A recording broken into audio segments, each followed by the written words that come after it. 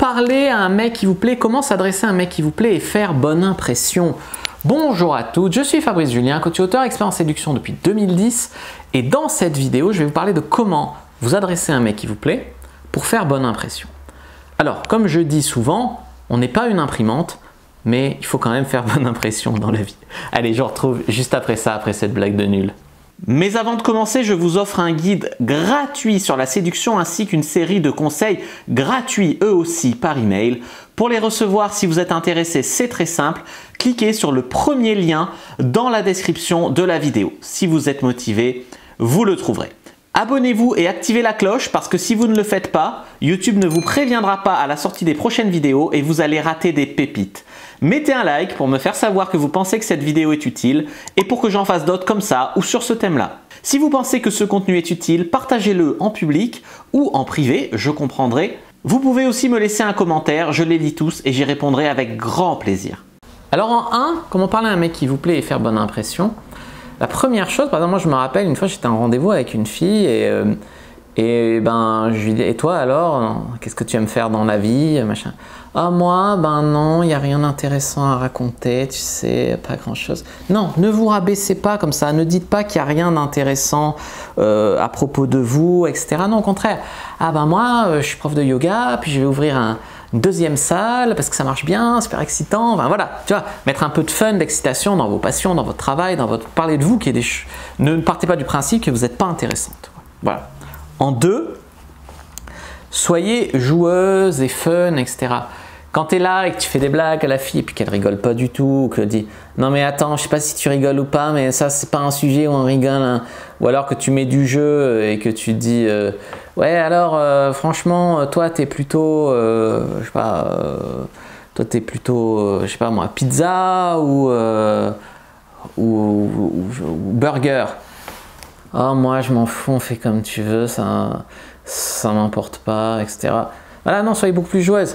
Ouh là là, tu me proposes soit de me faire un burger, soit de me faire une pizza. Non, mais avec moi, attends, je suis italienne, c'est pizza. Donc toi et ton burger, c'est dehors. Et si tu tiens à ton burger, tu sors dehors toi aussi. Toi, tu rigoles. Avec moi, c'est pizza, je suis italienne. Enfin voilà, par exemple, tu vois.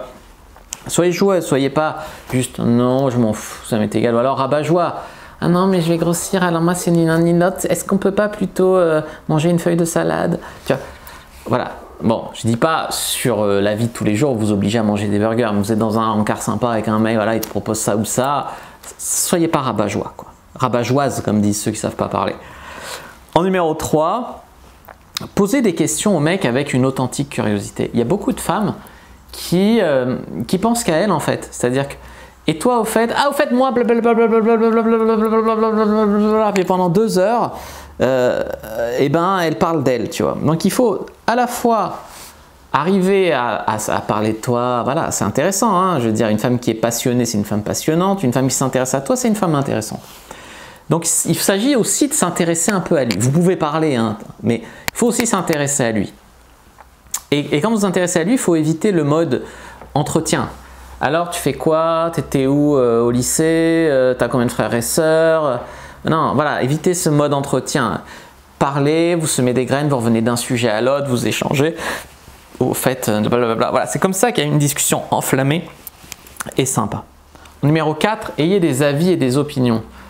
C'est-à-dire que quand tu demandes à une femme ça, puis, oh je m'en fous, machin, je sais pas, comme tu veux, nanana. Bon, une fois c'est sympa, elle suit ton lead. Au bout d'un moment, tu veux une femme qui a un peu de caractère, tu vois. Je dis pas qu'il y a un mauvais caractère, mais qu'il y a ses opinions, ses avis, etc.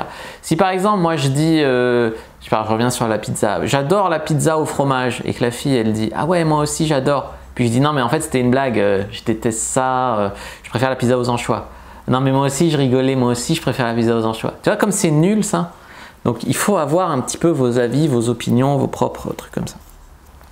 Et en dernier conseil que je vous donnerai, c'est un truc que je vois des fois, c'est de vous mettre sur un pied d'égalité.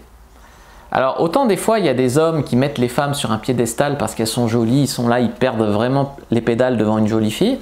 Autant je vois aussi des femmes qui, parce qu'un mec soi-disant est trader ou parce qu'un mec soi-disant est un peu beau gosse, la meuf elle le met direct sur un piédestal. Direct il doit être super intelligent, super beau, super ci, super ça. Non, non, non, arrêtez. Arrêtez de mettre les mecs sur un piédestal, arrêtez de partir du principe que vous ne méritez pas un mec sexy ou intelligent, arrêtez de mettre l'autre sur un piédestal, mais ne le rabaissez pas non plus, parce qu'il y a des femmes qui tombent dans l'excès inverse, c'est-à-dire elles te traitent comme une merde jusqu'à preuve du contraire. Donc non, simplement s'adresser aux gens sur un pied d'égalité, moi c'est vraiment ça que je prône. Alors, je réponds aussi à une question qu'on m'a dit dans les commentaires. Pourquoi les femmes doivent apprendre blablabla et vous, les hommes, on dirait qu'ils ne doivent pas se remettre en question. Non, j'ai une chaîne de conseils pour hommes sur lesquels les hommes se remettent en question. Ça fait 10 ans que je coach les hommes, d'accord? Et ça fait à peine plus d'un an, deux peut-être, que je coach les femmes, vraiment assidûment. Donc tu vois, les hommes et les femmes doivent travailler. Pas que les hommes, pas que les femmes. Moi, je suis comme ça, je mets tout le monde sur un pied d'égalité. Voilà les amis, ce que je voulais vous dire, n'hésitez pas à regarder d'autres vidéos qui s'affichent à l'écran pour aller plus loin. Laissez-moi vos sentiments dans les commentaires. Moi je vous dis à bientôt et que le dieu de la séduction soit avec vous les amis. Merci d'être restés jusqu'à la fin de cette vidéo.